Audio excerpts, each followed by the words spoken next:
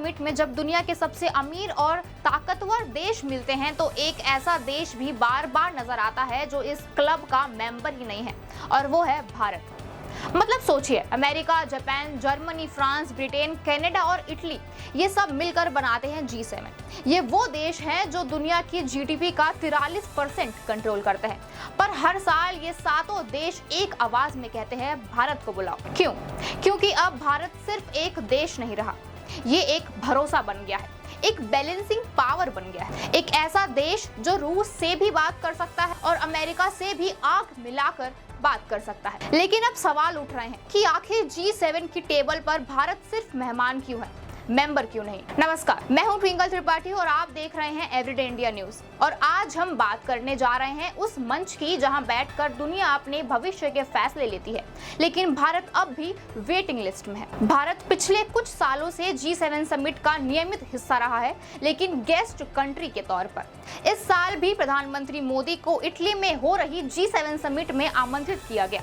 वो इसलिए क्योंकि भारत अब सिर्फ दुनिया की सबसे बड़ी जनसंख्या वाला देश नहीं है, भारत अब दुनिया की 5वीं सबसे बड़ी अर्थव्यवस्था भी है और एकमात्र ऐसा लोकतंत्र है जो अमेरिका, रूस, ईरान, फ्रांस सबके साथ बातचीत कर सकता है। आखिर G7 को भारत की क्यों जरूरत है, आइए जानते हैं। आज दुनिया दो ध्रुवों में बटी हुई है, एक तरफ नाटो और अमेरिका, दूसरी ओर रूस, चीन का गुट। इस बीच भारत एक ऐसा देश है जो यूक्रेन युद्ध पर अपनी अलग आवाज रखता है, जो गाजा हो या फिर ईरान इजराइल संकट, हर जगह डिप्लोमेसी फर्स्ट का संदेश देता है।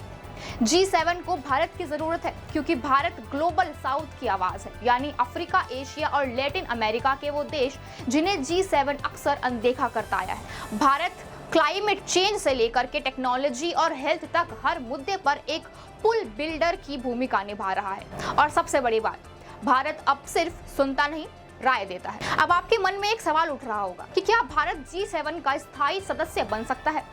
G7 के स्थायी सदस्य बनने के लिए अभी कोई औपचारिक प्रक्रिया नहीं है। ये एक क्लोज्ड क्लब है और सदस्यता खुद G7 देशों की सहमति से मिलती है।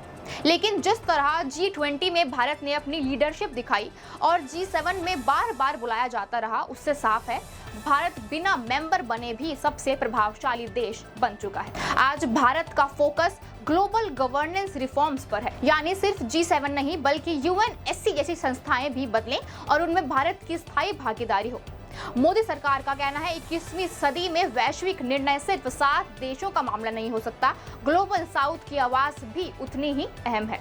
भारत अब उस स्टेज पर है जहां उसे G7 से न्योता नहीं, सम्मान चाहिए, और वो सम्मान तब मिलेगा जब भारत सिर्फ टेबल पर नहीं बैठेगा बल्कि फैसला लेने वालों में गिना जाएगा।